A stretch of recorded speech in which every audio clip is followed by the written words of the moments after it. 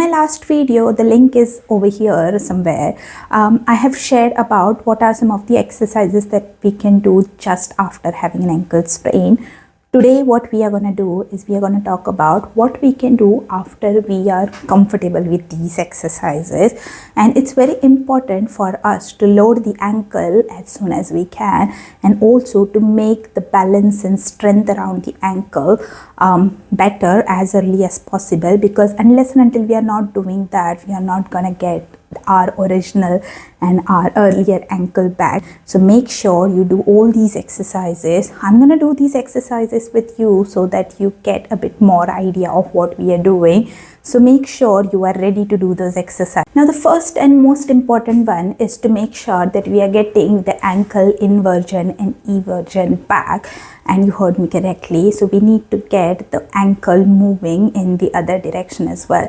In the last video, what we discussed, that we are moving the ankle in this way. So we are pointing the toe upwards and pointing the toe backwards.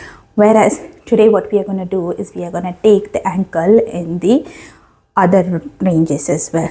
I don't have any injury, so I can do full inversion and inversion, whereas for you it might be a bit difficult and you might not be able to do the full range, and that's absolutely fine. What you have to make sure that you are attempting to do those movements. For that, what we need to do is we need to sit down on a chair, okay, and what we need to do is we need to keep our ankle like this. So what I want you to do is, in this manner, figure of 4 sitting, I want you to move your ankle upward and then downward. Okay, so we are taking it upward. So what we are doing is we are doing this and we are doing that. So we are taking it up and we are taking it down. So inversion and eversion. This is the, so we have to make sure we do this movement. We have to repeat that 10 repetition and slowly. So 1, down, 2, down, 3, down, 4, and 5. Likewise, you have to do 10 repetition. Now the third exercise that I want you to do is ankle strengthening exercises. So remember, what we started doing was we were started putting a bit more pressure on that ankle, and what I have advised that you need to start standing on that one leg for 5 seconds and come back. Now what we are going to do is we are going to make it a bit more progressive. Okay, so what we are going to do is we are going to try and attempt with some sort of support, but like a finger support. So I'm going to use this bar over here. I'm going to just place my finger there. I'm going to shift, this is my affected leg, I'm going to shift my weight on that foot, and I'm gonna try and manage and balance myself on that one foot for around 10 to 15 seconds. So we are increasing the duration. Okay, so if you feel confident, you can try and loosen the grip from the support and try and make sure that you are standing on that one leg for up to 30 seconds. You have to improve that timing from 5 seconds up to 30 seconds. For a normal person, we usually be able to stand around 30 to 50 seconds without any support. Okay, now this is foam surface, so I'm losing my balance. Now fourth exercise, that's my personally favorite exercise. As I said, it's the entire ankle strengthening exercises and calf strengthening exercises, and it's amazing. You should definitely do this. Exercises has been proven to be beneficial for ankle sprain, plantar fasciitis, and multiple such conditions.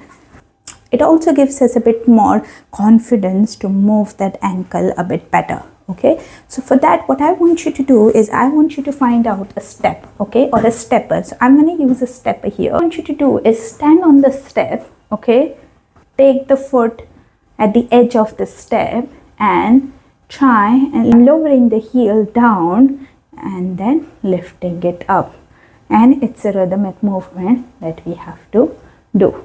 If you feel confident doing that, the progression for that would be standing at the edge of the feet with both feet there and lowering both heels down and raising it up, lowering both heels down and raising it up, lowering both heels down and raising it up. This is excellent to improve the coordination, the strength and the stability around your ankle. So you must do these exercise. Okay.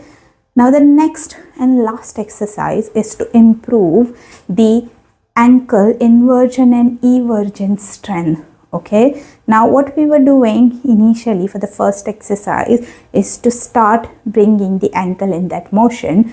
Now what we need to do is we need to give and load that area as well. And for that, what I want you to do is, and I want you to come back. What we are doing is we are keeping our feet shoulder width apart, and what we are doing is we are going on the outer edge of the foot and going on the inner edge of the foot. Okay, so 1, 2, 3, 4, 5, and likewise we have to repeat 10 repetitions. Now this is with body weight, so we are putting body weight load on that ankle just to give you a bit more confidence, just to give that feedback to the brain that my ankle is feeling a bit more stable now, so that it will start giving you a bit more proprioception, stability. So it works both way. Unless until you don't move, your brain will not understand, and unless until your brain will not understand, you will not be able to move better.